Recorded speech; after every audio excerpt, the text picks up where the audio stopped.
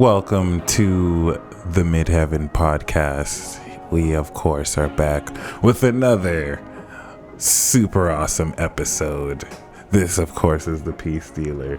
And, it's just the Peace Dealer. I have someone next to me. But He's just the Peace Dealer. He's just running the whole fucking show. Yeah. I'm going to let him have it because it's his birthday. So you can have it for now. This is my episode. I'm going to let you finish, Candace.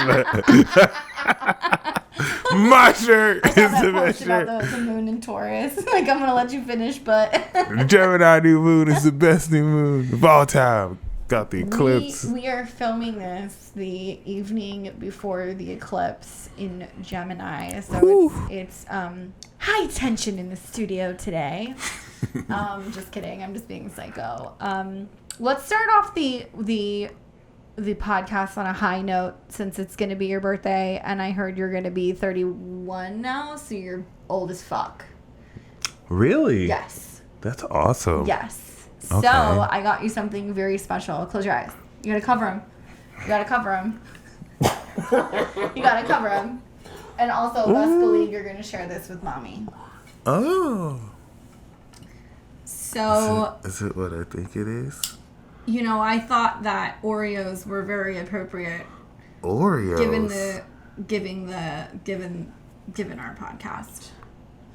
Because we're black and white, duh. Oh, is this the fleshlight I was asking for? They make an Oreo fleshlight? Oh, it's a cake, my man. Nice. Oh, shit. I was like, Oreos. Damn. Okay. Happy birthday. Wow. Happy almost birthday. You have to make a wish. Because we're like in the midst of what's about to be the eclipse. So you have to think really hard about it. Make it count. Okay. Are you blowing out now?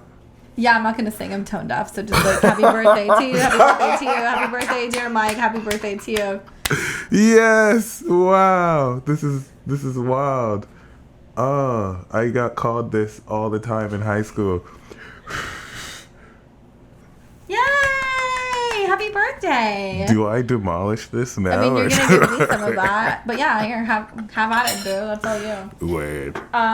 See, I got cake and beer. This is my favorite Caucasian household ever of all time.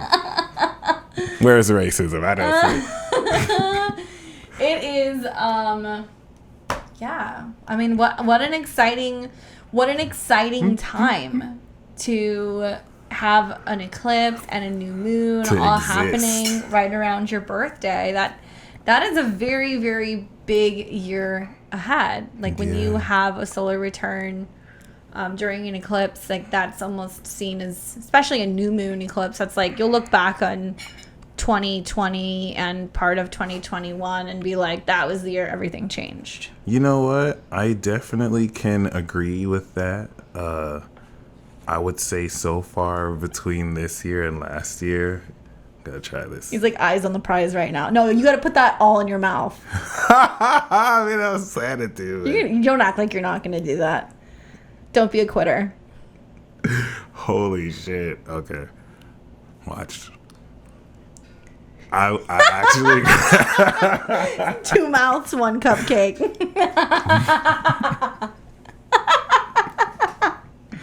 Well said. Is it good? Does it taste like Oreos? Mm-hmm.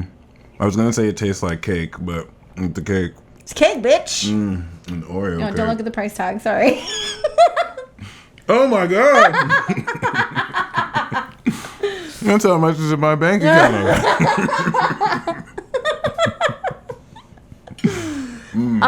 Here, I'll get this so you don't consume that. There you go. You're not supposed to eat those? No. Oh. I'm supposed to eat those. I wonder if maybe it's extra protein. You never know. Extra waxy. Well, I started a podcast with you this year. Gathered the Avengers this year. I graduated college around this time last year.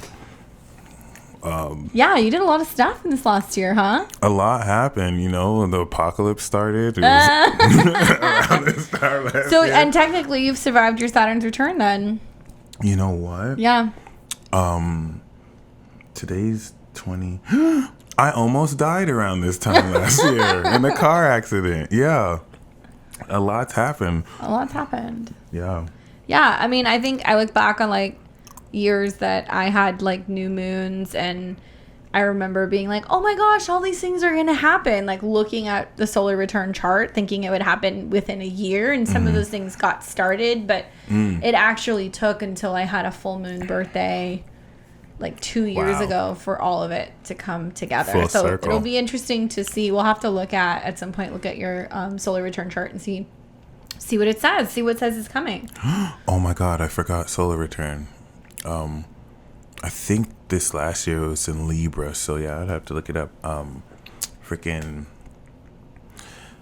Yeah, right now it feels like the seeds have been planted. It's kind of a weird week because like early in the first couple days of June, it was very chaotic with the squares between Mars and Pluto, and then it kind of calmed down a little bit, and like the last like 4 to 8 hours has been like a fucking roller coaster. So this is coming from somebody who has no Gemini in her chart and no mutable or anything, and I'm kind of like not faring so well with this, but I'm also realizing that, you know, part of what's happening is like this like upgrade right now, right? Like everything. Yeah. This is not just your stereotypical eclipse. It's in the midst of, you know, the Mercury Cazimi and the retrograde and all the stuff that's Neptune squares. Yeah, and the Neptune squares. So a lot of stuff is like shaking out, but I feel like moving forward, it's going to be really interesting to see what manifests from this, like collectively, not just on a personal level, but you know, what media changes happen, what new networks that we have come out, all kinds of exposing of manipulation of media and like other things. I think it's about to be a very wild month. And by the time this episode is coming out, it's actually going to be segueing into Cancer season, and we're going to have the summer solstice. You know, the sun and everything going into Cancer. The bloody summer of 2021. Well, and when the sun goes Bloody into margaritas. Cancer, basically on the, looks like it's going to be, let's see, we'll pull the chart and we'll have it for you guys, but it looks like that the sun actually officially ingresses into Cancer early, well, really early or late at night on the 20th. And very early in the morning on the 21st of June. And what I think is kind of interesting is right off the bat, when the sun moves into Cancer on the 21st, it's going to come into a trine with Jupiter in Pisces and the moon in Scorpio. So it will be very watery, and that I welcome. I welcome Cancer season. I think that'll be quite fun. Especially now that we're kind of getting out of all of these mutable squares, and Venus will be also in Cancer, so we're going to still kind of feel all the goodies from that. But yeah, I feel like, you know, and you guys, if you watched our last video, you saw the stuff that came out from our summer special. So we talk a little bit about what happens month by month. If you didn't check it out, make sure you do, so you can get some insight into that, and also the giveaway that we're doing that we are very excited about. That's going to be fun. But yeah, Cancer season, I feel like is going to be a nice kind of reprieve from the first 3 weeks of June, which feels very hectic. I think it's going to be even more of a shitstorm. Why? Because of the aspects to Pluto? Well, I knew there was a trine, but I didn't know. I forgot there was the grand trine, which is awesome. So I think Gemini season is the shit show, and Cancer season is the shit storm. It's brewing during Cancer season. Why? Because everybody gets like all emotional. Watch me get this all over my shirt. And also because it's like the first summer that people are out again, and what might feel normal to them, where they're not as much restrictions. Governor of Texas actually signed where basically he's not a zombie state. He's like, yeah, we're free over here in Texas, and so you don't need passports or whatever. But I'm just bringing that up because, like, that's still a thing. The passport thing is a thing. I think so. Yeah. No, definitely. And also, well, I guess it's gonna really set up a greater conflict coming into Capricorn season, but because we have to go through the social signs to like mediate it. But the cool thing here is, we know that people are coming out again, and just mainly like, there we go. I was gonna reference the judge who overturned the assault ban on weapons, and the governor of that state said that this is gonna really threaten people's public safety. So I mean, we recently are coming out of a terrorist attack in Canada or London, which I think we're going to see more of these cases during the summer, just because every year people get crazier and crazier. And not that there isn't, on a positive end, more unity and synthesis, but if there was ever a year for motherfuckers to be unnecessarily retarded, it is definitely this year. It's going to be unexpected. I almost get the vibe of when we were leaving 2019. Like, there's no way 2020 is going to be worse. And it was. Right. 2020 was like, hold my beer. Right. I feel like 2021 summer is going to be like, hold my tequila. Like, and I don't mean that it's going to be so horrible. I personally feel like we're going to have the greatest summer of all time. You just might see the world burning behind you, and that might be cool though. You might go in there like, this is horrible. It's like, oh shit, like, this is never gonna be the same again. And one thing that I think, I definitely think power and control issues are, because it's opposing Pluto all month. That's true. Yeah, so we've already seen Mars in opposition to Pluto. Now we're going to see, Venus come into an opposition with Pluto. Then the Sun will come into an opposition with Pluto. And this is conflict, right? Revolving around the axis of Capricorn and Cancer, which is like the government versus the domestic stuff, or whether or not people want to go back to work. I'm hearing from a lot of clients and a lot of people that now are getting ready to have the ability to go back to work or go back into offices. A lot of people don't want to go. They don't want to go because, even with pay raises. Yeah, or creating incentive, trying to convince people to come back. Not a lot of people want to do that, and I think that after more than a year of being in lockdown, but also having this as an opportunity to reevaluate where their priorities are, and if they were prioritizing their mental health or their family or their domestic life, and now that it's almost like they've been pulled out of that for a period of time, people are very hesitant to just go back to work. And not just from a mental health standpoint, but I think a lot of people are still freaked out, wondering whether or not it's safe, right? Yeah. So that's going to be interesting. And then you've got the squares happening. I mean, we're just off the heels of the Saturn-Uranus squares. As it stands right now on what is, when we're filming this, the 9th, it's before the square happens. So we don't know what's going to happen. We've spoken about it pretty extensively in probably this podcast and both of our broadcasts. We'll talk about it even more. But that, to me, with Saturn, Uranus in the square and Mars moving into further into Leo, tells me that there is a lot of fixed energies in the sky where there's going to be standoffs. Yeah. Whether or not people want to make change, or whether or not they're willing to make change. And the square is a slowly but surely gradual inclining or increasing of a narrative conflict. So the narratives that since like specifically 2020 had come into form, which we all know at this point, like censorship on the internet didn't ramp up until Saturn just went into Aquarius, which is really weird. And then also, of course, the lockdowns didn't start until then too. So not so much for that, but just that narrative that has sprouted up since that.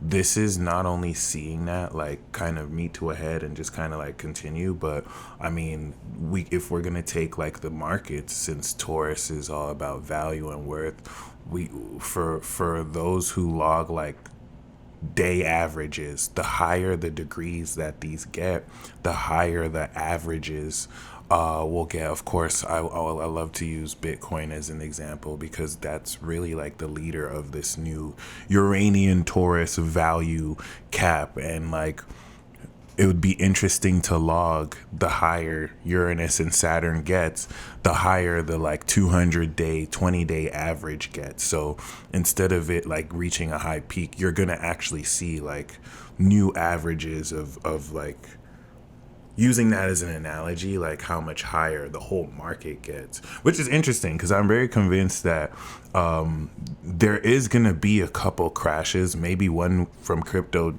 another from war. And I think it's very interesting too how recently during this eclipse energy, the 45th president said that Bitcoin is a scam. What do you feel about that? I wasn't expecting that.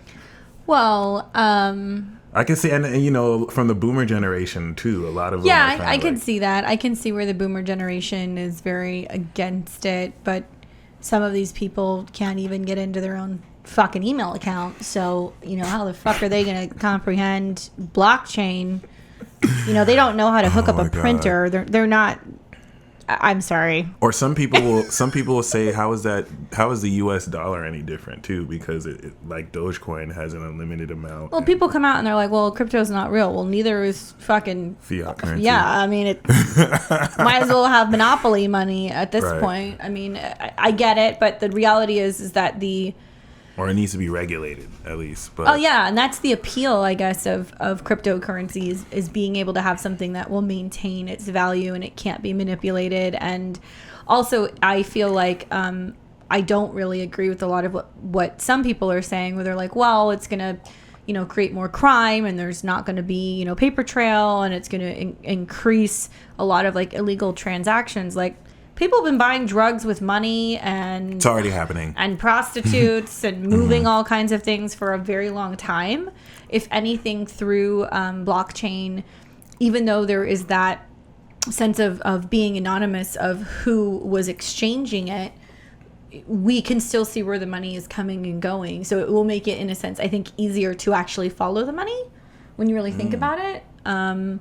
And I just also like the power to the people and being able to create something that is going to give like an even playing field across the board. I mean, the banks don't want this, right? They don't want this. And they want something they can regulate. Right. Not something and manipulate, like the fucking stock market. Right. So when people start realizing they don't have control over it any longer, and you've got enough of like the angry mob with Saturn, you know, Saturn in Aquarius squaring off with Uranus, and like the banks are trying to find ways to infiltrate. Like the Wall Street bets, that was like a really good square off between that. But I also think, and maybe this is just like my stoned astro thoughts, but I also think about like the archetypes of Taurus versus Aquarius versus ultimately Leo. Mm-hmm. And that angle that's kind of heating up over the summer, you know, from July, actually June and July, because we've got planets in Leo now, and what will manifest from those squares. And I think about what Leo rules. This is theaters, this is actors, this is people on stage, these are performers, speculative entertainment, right? So how and casinos, yeah. So kind of technically stocks and crypto too, right? Yeah. Kind of like, yeah. So what's going to happen when all of these fucking planets come into a square, when it started with all of the gangbusters that were in Aquarius, and we had, you know, that kind of Robin Hood thing that went down, and then all of the craziness that actually went on in May, which I feel like was much more of a dip in the markets when you really look at it. And then when planets move into Leo, it's, well, are we going to see that there is going to be this huge boom in the casino industry? Are we going to see people start announcing a bunch of tours? Are we going to have artists that are going to drop a bunch of music? Is AMC Uni or the moon? I mean, I'm just kind of like, something's going to happen here, like, and it's going to have some very Leo. It makes sense qualities. Too. It's like it had to come down.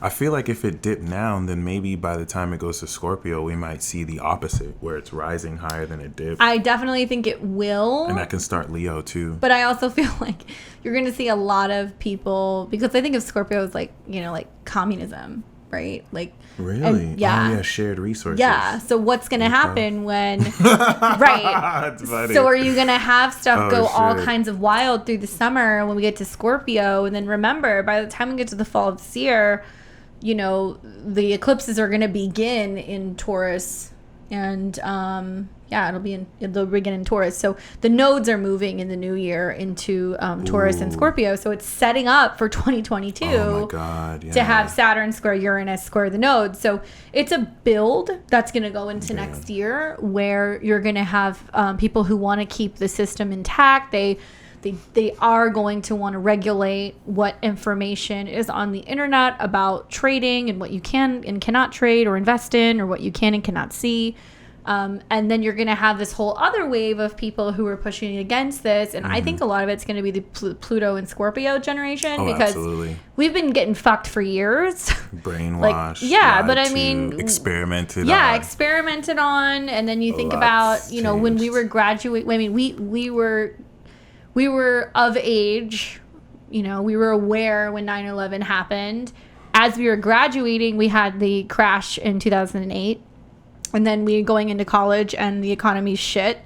And we just keep taking it in the short. So it's like, as a Pluto in Scorpio person, and I'm seeing the world burn, I'm just kind of like, meh, this has been my whole life. Like, whatever. Right. It's just, it'll regenerate in another way. We'll find another way to just keep on going. And that's the cool thing. Like, soon the torch is going to be passed from Pluto Libra to Pluto Scorpio. Soon. Yeah, or it's happening, really. With they've been getting... I feel for the Pluto in Libra generation. They've been getting crushed with the Pluto. Like, 81, 82, 83...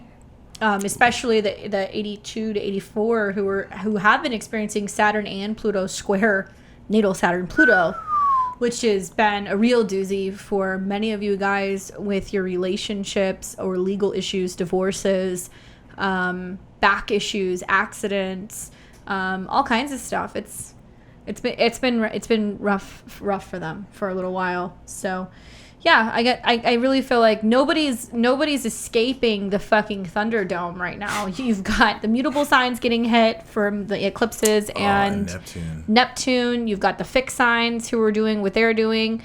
There is the tail end of the later degrees of the cardinal signs that are still kind of getting slammed with Pluto, and even through these transits and with Chiron now too. In Chiron, yeah. Yeah. So nobody's getting out this next month or two without doing some heavy lifting. And the narratives of this square, remember, are going to lead to the conjunction with in Gemini at the very end with Uranus and Saturn. So like we got the third quarter square, then a conjunction, and the balsamic phase between. But you're talking about when Saturn moves into Gemini with Uranus, like later, like 2030. Yeah, in about 9 years. So this is that period where we're getting ready to like close off what got us here and get ready to like segue to a new market, segue to a new economy, segue to, something we've never seen. But this is where I feel with that trine with Jupiter, it's like a collect 200 when you pass go. I hope so. Stimulus checks, some kind of wishy-washy, but like I think for certain people it'll be amazing. It'll be the boost that they needed. You mean Jupiter and Pisces? Yeah, that trine for sure. It's nice. It's gonna be it's short but sweet. That sweet spot definitely being like the 21st to maybe the 23rd. Yeah. While the sun is in a trine with the transit moon and also Jupiter. The retrograde bringing stuff to you.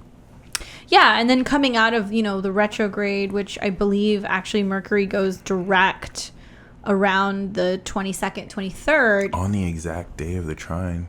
Nice. Mm-hmm. And then we come into what will be the Capricorn full moon, which is going to be taking place on the 24th of June. So that's nice. That's definitely a rather, I think, one of the nicer moons from what I've seen, just with the sun. Making a sextile to Uranus, making a trine to Jupiter. I think we just see this like reoccurring pattern of yet another lunation with a planet in opposition to Pluto. So Venus in opposition to Pluto, and Saturn is in a square to Uranus, and Saturn is the ruler of that moon because it's a full moon in Capricorn. So It's like, the whole month of June is just like a fucking car wreck. Like every time I look at it, it's a car wreck. That's what happened to me last June. A car wreck. At the very end, like right when Mars was at the very end, 29 degrees of Pisces, boom. And like Mars is driving, so, or the accelerator. So that to me was the end of that cycle with my car. I think the nice thing is about the Venus in opposition to Pluto can be transformative, love and relationships, deep passions, you know, being able to really, it's like transform and grow. I guess the not so pleasant side of Venus in opposition to Pluto is like the stalkers, you know, the people who show up at your work or show up like outside of your house, or you know, Venus being about relationships, love, and values. When it stands in opposition to Pluto, there's a very intense standoff going on, and it can manifest as some real dark kind of fixated energies.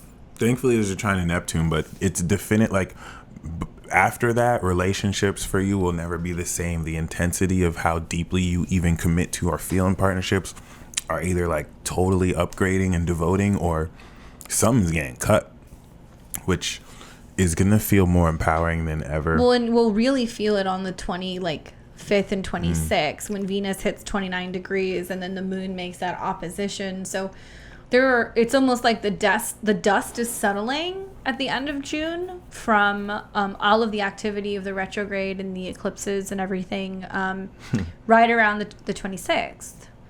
And then shortly after, you know, kind of smooths out a little bit. Moon moves into Pisces, comes into a trine with the sun on the 28th, and boom, we've got Mars and Venus in Leo. That's definitely going to be amazing shift, and I love that how that happens when the moon's on Jupiter. So I think as soon as Venus hits Leo, it's going to be like that out of the dark, or out, because it's still 12th house to Mars, so it's like the beat changes with the mutable Pisces, and things start to get brighter, dramatic but brighter. And there's something that I saw when you put the sun 0 degrees Cancer. I didn't really know there was a point for it, but like the sun Venus midpoint is going to be square Chiron. And so that's going to make the start of Cancer also like hit different. I love midpoints. Fucking love that shit. You know, because you can see some things with midpoints that you wouldn't typically see. I think, like, you know, that get triggered, kind of similar, like looking at a progress chart. You know, sometimes astrologers can look at the transits and we can't figure out what got triggered or what happened, but don't sleep on those midpoints. You know, the sun moon midpoint, the sun Venus midpoint, the sun Pluto midpoint. These are just a few that I like to work with. And yeah, and then that kind of leads us into July, which we'll talk about more so in future episodes. But really, the only really other kind of super intense part of Cancer season is just this reoccurrence of Mercury reactivating the eclipse point, which will be on July 1st when Mercury is at 19 degrees it's of understanding Gemini. What's happening now, but with deeper Cancer awareness. Yeah, because it's still behind the sun. Right. Yeah. Oh shit. And then we have pretty much Mercury come out of the shadow period and the square to Neptune by about, let's say, the 10th. Yeah, so it starts getting easier around July 8th. So the one other kind of intense period will probably actually be when the sun and the moon and the new moon in Cancer on July 10th come into an opposition with Pluto. That's going to be, what, 18 degrees? 19 degrees. Wow. And then when the sun comes out of an opposition with Pluto, and that'll be from July 17th and 18th. At that point in time, we're at the tail end of Cancer season, and that's kind of the bang. I guess the cool thing is while the sun is in opposition to Pluto, we do have... It's going to be King Kunks and Pluto, too. Yeah. Wow. Drama! Heating up drama that like glows and then slowly burns and reaches that climax. And then all those fucking squares to Uranus. Oh my God. It just...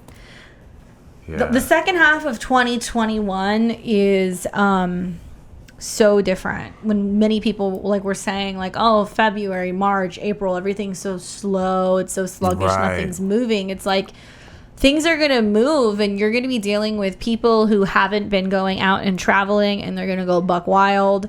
Right. I think we're going to see a huge resurgence of challenges and issues, actually with those in uniform, because of all the oppositions to Pluto. It's kind of bringing up those same energies of police brutality, and I don't like saying that, but I feel like that's what's going to manifest. And it's like pre the opposition in Cancer, it's an individual energy. So like everything coming into Leo season is where, relative to that Pluto energy, you're going to see in these social zodiac signs a lot more people going out, things picking up. But just like Candace said, it's going to be like people openly antagonizing and attacking more, coming to the Libra square, authority, order. Yeah, it's kind of like when you see people go to Vegas and they're like, oh, well, what happens in Vegas stays in Vegas, and people just like act like buck wild assholes. That's going to be pretty much everywhere. And I think we saw protests pick up last year around this period too, from June to like October. And that was also during the Mars retrograde. Oh, yeah. Yeah. So, and keep in mind, we are still seeing planets that are and have been triggering the eclipse points from last summer. We had a 0-degree Cancer eclipse last summer around the beginning of July. So the sun is getting ready to reactivate that degree, as is Mercury. So, and anytime you're seeing like a planet cross 0 degrees of a cardinal sign, it's ready to start getting active. So when I see planets ingressing into Cancer, people start moving, people start having house parties, people start planning, to redecorate homes, renovate homes, fly back home to visit family, all kinds of like domestic stuff. So it's going to be a very active summer, having had Mars in Cancer, and now Venus is in Cancer, and the Sun and Mercury are close to follow. I do imagine this may manifest as some very interesting things going on with the housing markets. I don't want to go on too much of a tangent. I will probably do a video about this on my channel, but just knowing what I know about the Gemini eclipse that's coming is about to actually, I think we talked about this, it's going to ignite America's Mars. So that is kind of setting the stage for, with the retrograde and the eclipse and the squares to Neptune, America somehow is about to make some pretty big headlines in terms of possible conflict, possibly getting involved in war, maybe even, it could be an ally that somehow we get kind of tangled and drawn into something. And Mars rules America's 4th house. So Mars deals with verbal conflicts, aggression, all kinds of stuff going on in our homeland, and whether or not the media with the squares to Neptune is actually, adding fuel to that fire and creating more drama and conflict, verbally or with the media or with documents, passports, paperwork. It might even be the vaccine paperwork. People arguing over that. So it makes me wonder, like, what's brewing, because this will be a very active eclipse due to the Gemini retrograde, the Mars retrograde next year. And just those planets kind of getting re-triggered. And cyclically speaking, I'm so glad you brought up America, because realistically, all these transits we're coming into are a ticking time bomb for when Pluto finishes its retrograde 24, then reaches 25, then reaches 26, then reaches 27, and America has its Pluto return. And that's the beginning of next year. Oh, when the nodes switch too. When the nodes switch and the Pluto will be conjunct. That's insane. It's natal. The Pluto will be conjunct America's natal Pluto, trine the North Node in Taurus, and there's a Venus retrograde coming in Capricorn at the end of this year, and it'll be the end of December through February, and it will be Mars, conjunct Venus, Pluto. and Pluto at some point. So the truth is like, it's not a matter of is the stock market going to crash. It's when. It's when, yeah. It's when. And of course, a crash doesn't mean it'll stay crashed. Maybe you need a crash for a better economy, but whether it stays crashed or not, the idea of America, where it's reaching its end, like this is where the lease is over, or like we've reached the season finale. Well, and just Pluto crossing, this Pluto crossing the natal Pluto or Pluto on the south node. I think also, isn't there a south node involvement in America's chart? I don't know if it's in Capricorn. Yeah, it's in Capricorn, isn't it? I have no idea. I don't remember if it's in Capricorn or, let me see, That's I might a good have question. it. It'd be good to see what progressed sun it's at too.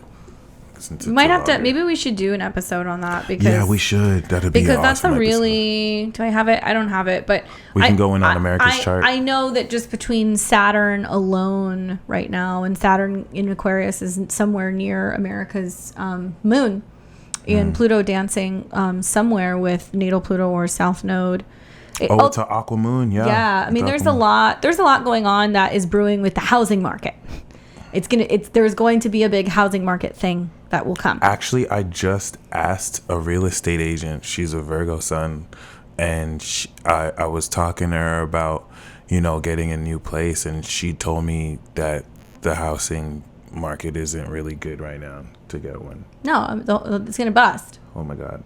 I mean, we have the moon in the third house in Aquarius probably during Cancer season. In America's natal chart. We wonder why we have so many homeless people. Right. Why do we have so many people living in fucking cars? And why are people now suddenly opting to ditch their really expensive city apartments and go and live in a van and drive cross country? So America's having the or eclipse why are in people its seventh working house. at home and telecommuting? Right? Like third house, right? This is ultimately going to be better for America. If it'll still be America, that's the thing. Because I love that you brought in war. These are all contributing factors that are gonna really spill out into, which is even more important because during this period, we know that the current president and vice president that are connected to this country have their risings right where the nodes are. Yeah. Which is America's rising in DC. So it's going to get really interesting. I mean, throughout history, you can go back and look at, civilizations and what has happened with founding countries, and somewhere revolving around that 270 something to 350 year period. That's the Pluto return. It's like there is a war, there is a tumbling of, a democracy, or it's just something that goes on that I would say in every country too, but definitely the end of an empire, and that doesn't have to mean that it won't be reborn or transformed in a certain way, but we're here. Like, this is it. This is what has been prophesied about, but more realistically, it's the end of a cycle. So, I don't think America is gonna ultimately be the United States. I think the future will be something like Hunger Games. I don't like saying that, but just what I've seen temporarily, like a succession war with cycles and everything. Yeah, but I think eventually it will break down, and certain states will band together, and they will be very aware of their own economic standings and what they have to trade and what they have to offer. And maybe eventually the United States will become something more like territories and separate spaces like in Europe, where you can go through those separate countries, which may be unions that are states that have combined.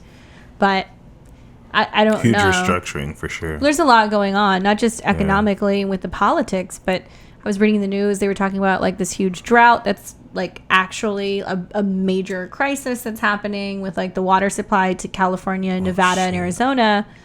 And they are expecting a mass exodus from California, which is already happening now. Right, since last year. But more will leave, and they're saying that it's going to push people who are west even further east. And I'm talking to clients who have moved to Texas, and people who've moved to the Carolinas, and people who are moving to Louisiana, and people who are moving to all over. People are just. Wow. I guess Idaho's hot right now. There's just a lot of people who are more willing to pick up and go, because it's a very North Node Gemini thing too. Yeah, people are getting curious. They're wanting to talk to people and find new places and try new places out. And I guess that's the silver lining of what's happened in this last year, is the ability to try new things out and to go back and forth before people really start to ground out their energy next year when the North Node's in Taurus. And definitely want to be places where there's going to be land and you can grow food. It's going to be a lot more stable instability,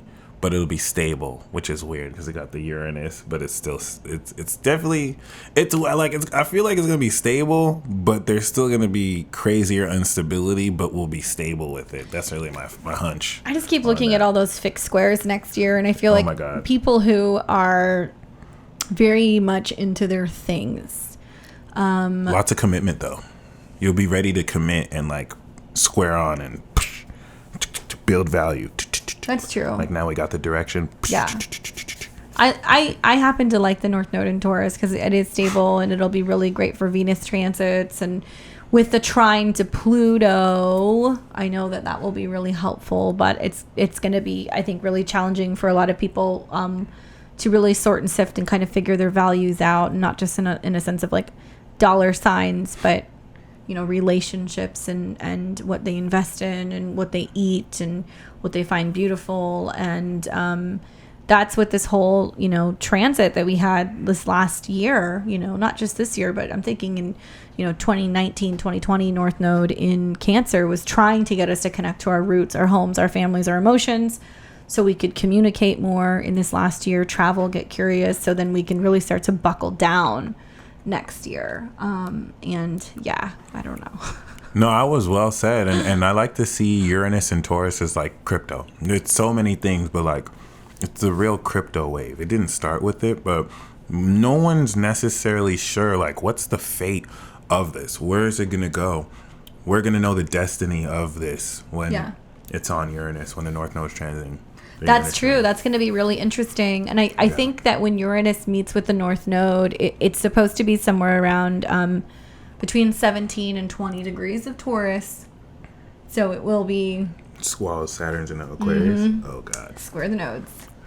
Yeah. That's binding. That's like... Yeah, that's the... Bills being signed, all that. Yeah, so it's going to get very colorful. And I've always been somebody who like looks to the astrology 2, 3, 4 years. I mean, I look back like 6 years ago talking about what was meant to happen during all the planets that we had in Capricorn these last 2 years. So I definitely think I'm going to sit down and either do it or we should sit down and talk about kind of like future out there astrology. People might find it very interesting. Agreed. Yeah. Well, thank you for tuning in with us. This is a chill, mellow Cancer season feel. I think the erratic energy of early June, end of May will kind of tone down, and it'll just be like a deeper, cute but psycho, crazy, cuddly Cancer energy. Come cuddle with me. I think it's gonna be great though. I think this will be the beginnings of energy picking up positively. Like things are gonna get crazier, but you're going to personally enjoy yourself more. It's a really weird duality where it's like not really bad, but shit, I'm not gonna ruin the surprise.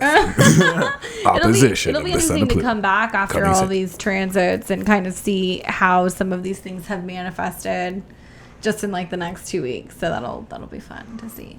But I think that's what I'm trying to say. Individually for you, things are going to pick up and get amazing. But collectively around the world, it's going to get crazier. So enjoy yourself. Do it. That's the balance. Boom, boom, boom.